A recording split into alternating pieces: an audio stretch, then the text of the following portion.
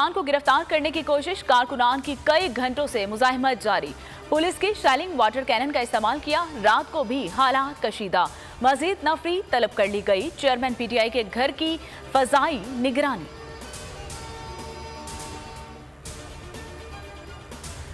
कभी किसी लीडर को गिरफ्तारी के डर से छुपते नहीं देखा। मरियम नवाज कहती हैं, चोरी नहीं की तो तलाशी क्यों नहीं देते।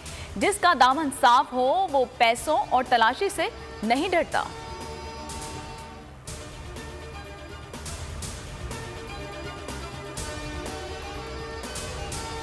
इमरान खान को आज गिरफ्तार करके अदालत में पेश करेंगे। विफाकी वजीर दाखिला राना सना कहते हैं कि इमरान न्याजी एक फितना है, ये मुल्क में अनारकी पैदा करना चाहता है।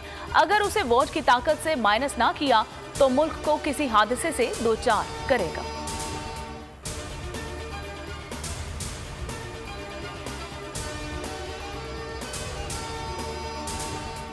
गवर्नर खैबर पख्तूनख्वा ने इलेक्शन की तारीख दे दी। सूबे में 28 मई को इंतखाब कराने की तजवीज़। पंजाब में सिक्योरिटी के मामले पर इलेक्शन कमीशन का इजलास।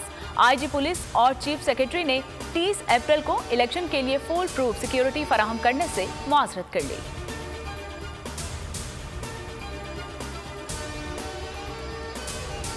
पंजाब में इंतखाबात कागजात नामजदगी जमा कराने का सिलसिला जारी।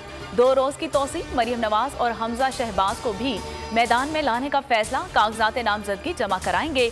कई नामवर सियासी पहलवान अखाड़े में उतर गए। सिंध हाई कोर्ट ने रिहाई का हुक्म दे दिया। इस्लामाबाद की कचहरी से कोई रिलीफ नहीं मिला। जाली केस में बोल के कोर्ट चेयरमैन शुएब शेख का 2 रोजा जिस्मानी रिमांड।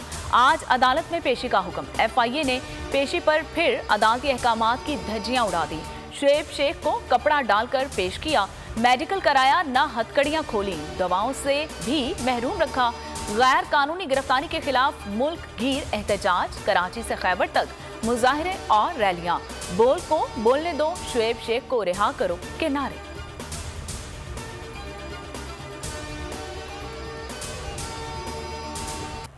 बोल के को चेयरमैन शुएब शेख मुख्तलिफ तकालीफ में मुब्तला। तिब्बी सहूलतों के बुनियादी हक से भी महरूम। अदालती हुक्म पर पिम्स में मेडिकल चेकअप, कोरोना का टेस्ट भी किया गया। डॉक्टर्स का कहना है कि शुएब शेख को सांस और पेशाब की तकलीफ महसूस हो रही है। मेडिकल बोर्ड की ढिठाई बरकरार। को चेयरमैन बोल को अस्पताल दाखिल करने से इनकार कर दिया। अस्पताल से एफआईए सेंटर मुंतकिल। आज से 5 साल पहले एक इल्ज़ाम लगाया, एक जज साहब ने इल्ज़ाम लगाया कि उन्होंने रिश्वत ली है और एक ब्रिगेडियर साहब ने उनको रिश्वत दी है। एग्जैक्ट केस में बरियत एफआईए खुद का मानना है कि जी उस ब्रिगेडियर साहब ने रिश्वत नहीं दी, इसलिए एफआईए ने अपनी एफआईआर में उनको नामजद नहीं किया। और जज साहब जिन पे इल्ज़ाम लगाया वो 3 जगह ये कह चुके हैं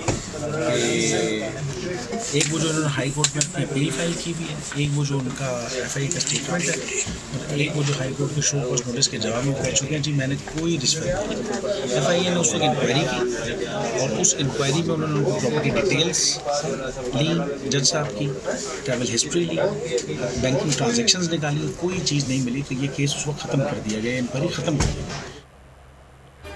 बदतरीन तशद्दुद और गैर इंसानी सलूक किया गया। फासिल जज को रिश्वत देने का इल्जाम पर कोई सबूत नहीं मिला। को चेयरमैन बोल शुएब शेख का बयान। कहा, फासिल जज के बयान पर उनको एफआईए ने मुकदमे का हिस्सा ही नहीं बनाया।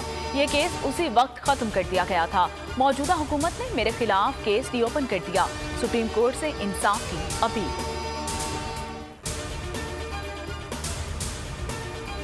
अल्लाह के सारे चलते आए भाई, आगे भी अल्लाह के साथ। हक और सच का रास्ता नहीं छोड़ेंगे, सिर्फ अल्लाह का सहारा था, है और रहेगा। मुजालिम के बावजूद को चेयरमैन बोल न्यूज़। शुएब शेख का हौसला बुलंद। बूढ़ी वालिदा का हौसला भी ना टूटा। कहा, बेटा बेगुनाह बेकसूर है, सर नहीं झुकाएगा। अगर मेरे बेटे को कुछ हुआ तो जिम्मेदार एफआईए होगी। मैं ये कहूँगी कि जो इस चीज़ों के जिम्मेदार हैं उनको पकड़े। मेरे बेटा तो बेगुनाह बेकसूर है, उसको क्यों इस तरह पकड़ा गया? इस तरह तो नहीं करना चाहिए ना, जिस तरह मेरे बेटे के साथ सलूक किया गया। हमारे साहब को पकड़ लिया, शेख साहब को। हम बहुत परेशान हैं, बहुत परेशान हैं। हमारा भी क्या होगा? हर साल साहब हमें राशन देते थे, हमारे बच्चे को खाना पीना हो जाता था। इससे हमारे साहब, हमें बहुत अफसोस हुआ, हमारे साहब को पकड़ लिया है। हमारे साहब की वजह से हमारे घर में खाना बनता है, हमारे साहब की वजह से हमारे को सब कुछ होता है, बहुत परेशान। Army chief general Syed Asim Munir का पाक अफगान सरहद का दौरा। ISPR के मुताबिक आर्मी चीफ ने जनूबी वजीरिस्तान में अगले मोर्चों का दौरा किया, जवानों से मिले, यादगार शोहदा पर फूल चढ़ाए। कहा, शोहदा पाकिस्तान की कुर्बानियां रायगा नहीं जाएंगी, पाकिस्तान में मुकम्मल अमन वापस आएगा।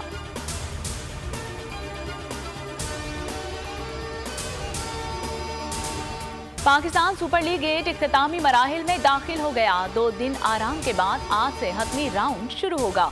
लाहौर कलंदर्स और मुल्तान सुल्तान्स क्वालिफायर मुकाबले में टकराएंगे। फातेह टीम बराह रास्त फाइनल में पहुंच जाएगी।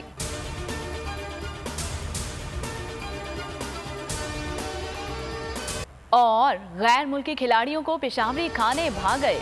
पेशावर ज़ल्मी की टीम के लिए इशाइये का एहतमाम, कबाब और काबुली पुलाव से तवाज़ुन की गई।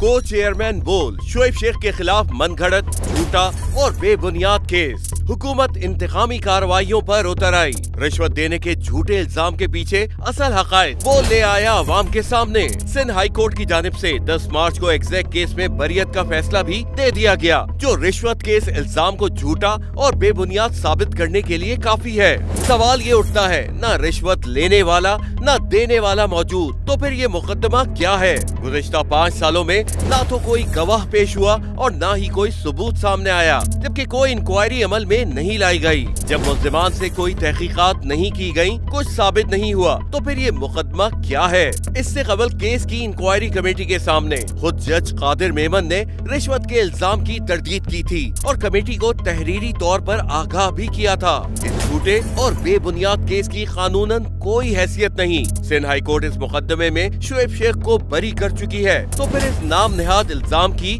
कानूनी हैसियत क्या है? बोल इंसाफ का मुंतजिर है।